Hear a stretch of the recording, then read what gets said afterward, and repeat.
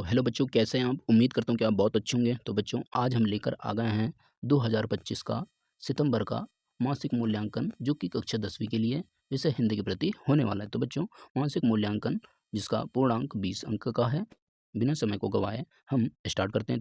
निर्देश आपको दिए हुए हैं, सभी प्रश्न हल करना आपका अनिवार्य है। और बच्चों, आपको सही विकल्प चुनकर लिखिए। आपको प्रश्न 1 में दिया गया है और पूरे सही विकल्प 5 अंक के होने वाले हैं। तो बच्चों, हम फर्स्ट 1 से स्टार्ट करते हैं। तो चलिए प्रश्न 1 से स्टार्ट करेंगे। तो रीतिकाल को काव्य की दृष्टि से बांटा गया है। तो बच्चों, आपका इसमें आंसर होगा ऑप्शन नंबर बी, 3 भागों में। ठीक है, 3 भागों में बांटा गया है। दूसरा क्या कह रहा है? जिन मूल शब्दों से मिलकर समास बना होता है, उसमें से पहले पद को क्या बोलते हैं? तो बच्चों, आपका उत्तर होगा ऑप्शन नंबर अ, पूर्व पद। प्रश्न 3, शब्द के अंत में जुड़कर उसका अर्थ परिवर्तित करने वाले शब्दांश को कहते हैं? तो बच्चों, आपका उत्तर होगा जो अर्थ के अंत में लगते हैं उसे कहते हैं प्रत्यय। तो बच्चों, आपका आंसर होगा प्रत्यय। चौथा देखिए, अर्थ के आधार पर वाक्य के भेद होते हैं। तो बच्चों, वाक्य के भेद कितने होते हैं? तो बच्चों, आपका उत्तर होगा 8 प्रकार के वाक्य के भेद होते हैं। प्रश्न 5वां देखिए, अप्पू के साथ 2.5 साल पाठ की विधा क्या है? तो बच्चों, इसमें आपका उत्तर होगा ऑप्शन नंबर बी, संस्मरण।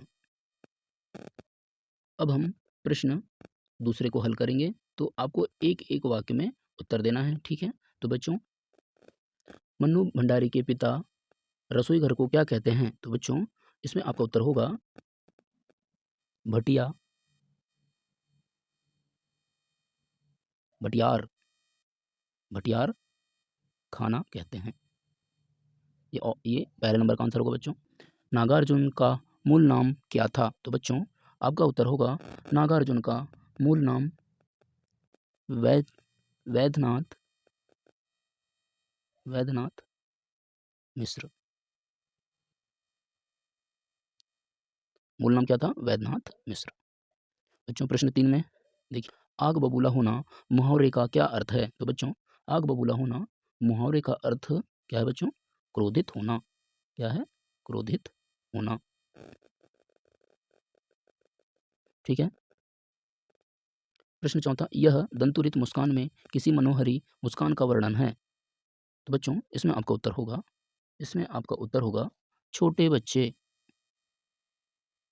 छोटे बच्चे।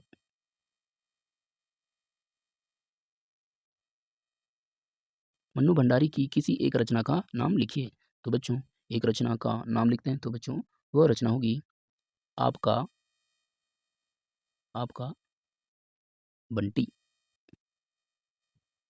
ठीक है बच्चों, रचना कौन सी होगी? आपका बंटी। प्रश्न 3 में क्या है? लेखिका मन्नू भंडारी के व्यक्तित्व पर किन किन व्यक्तियों का प्रभाव पड़ा? प्रश्न 4 देखिए, कवि के अनुसार फसल क्या है? 5वां देखिए, वाक्यों के लिए एक शब्द लिखिए। जानने की इच्छा, जो जन्म से अंधा हो, जो दूसरों से किया उपकार को मानता हो। ठीक है बच्चों।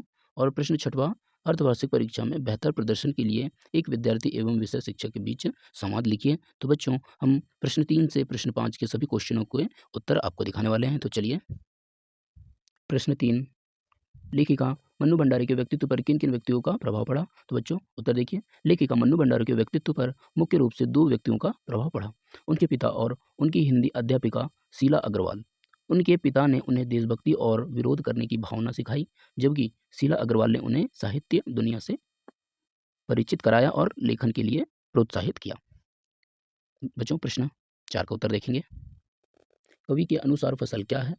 कवि के अनुसार फसल नदियों के पानी का जादू, लाखों करोड़ों हाथों के स्पर्श की गरिमा, काली मट्टी का गुणधर्म और सूरज की किरणों का रूपांतरण है। यह हवा की थिरकन का भी परिणाम है। तो बच्चों, प्रश्न 5 का उत्तर देखेंगे।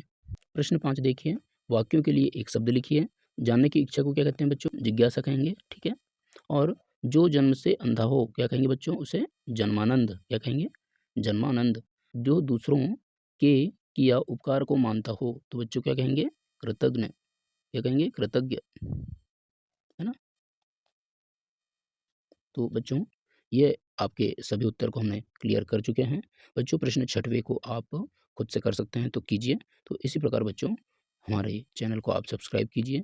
लाइक कीजिए ताकि और भी पेपर की जानकारी आपको जल्दी से जल्दी प्राप्त हो सके। तो चलिए मिलते हैं फिर से और एक नए वीडियो के साथ। तब तक के लिए बाय।